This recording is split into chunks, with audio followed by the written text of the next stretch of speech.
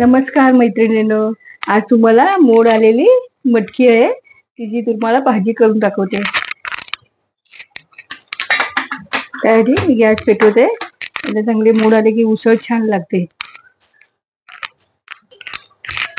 पण तेल घालूया.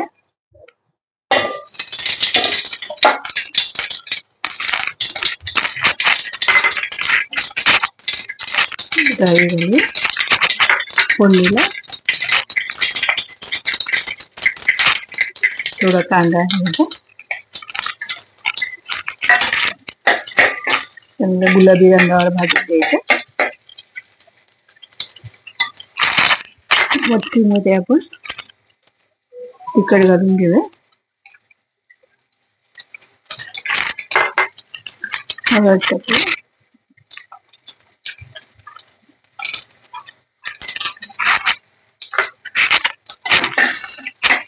त्याच्यामध्ये कांदा टॅमॅटो पण फोडणीला टाकायचा. टॅमॅटो फोडणीला टाकल्यानंतर ही मटकी टाकायची.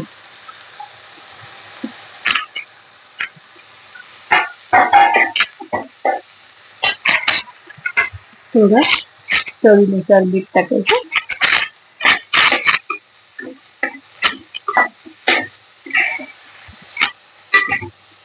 आता भाजी छान हलवून घ्यायची आणि एक 10 मिनिटं गॅसवर झाकण ठेवून शिजवून घ्यायची. तर वरती ताटामध्ये पाणी टाकूया आपण. हे पाणी गरम झालं 10 मिनिटं भाजीत ओतायचं. लगेच पाणी टाकायचं नाही. आणि 5-10 मिनिटं आपली झाली आहे. भाजीला अशी वाफ धरली आहे छानपैकी. आता याला त्याच्यामध्ये आपण थोडं पाणी टाकूया. म्हणजे आपल्याला ग्रेव्ही किती पाहिजे किंवा सुकी पाहिजे त्यातली ना थोडंसं वाटलेलं वाटप आहे आमच्याकडे कांदा खोबऱ्याचं, ते मी थोडं टाकते. तुम्ही ओलं खोबरं घातलं तरी चालेल, असं किसलेलं. नाहीतर माझ्याकडे सुकं खोबरं आणि भाजून कांदा खोबऱ्याचं वाटप आहे, ते घातले.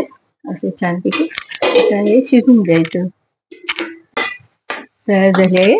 त्याच्यामध्ये मी थोडा गरम मसाला टाकते, कारण मी टाकला नव्हता आधी. सुकी अशी भाजी उसळ झाली, मटकीची उसळ झाली. आपण बाउलमध्ये काढून घेऊ.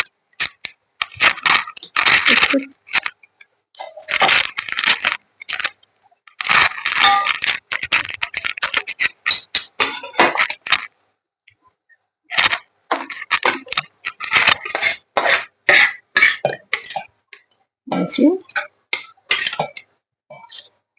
सुकी पाहिजे सुकी, पातळ ग्रेव्ही जशी तुम्हाला हवी तशी.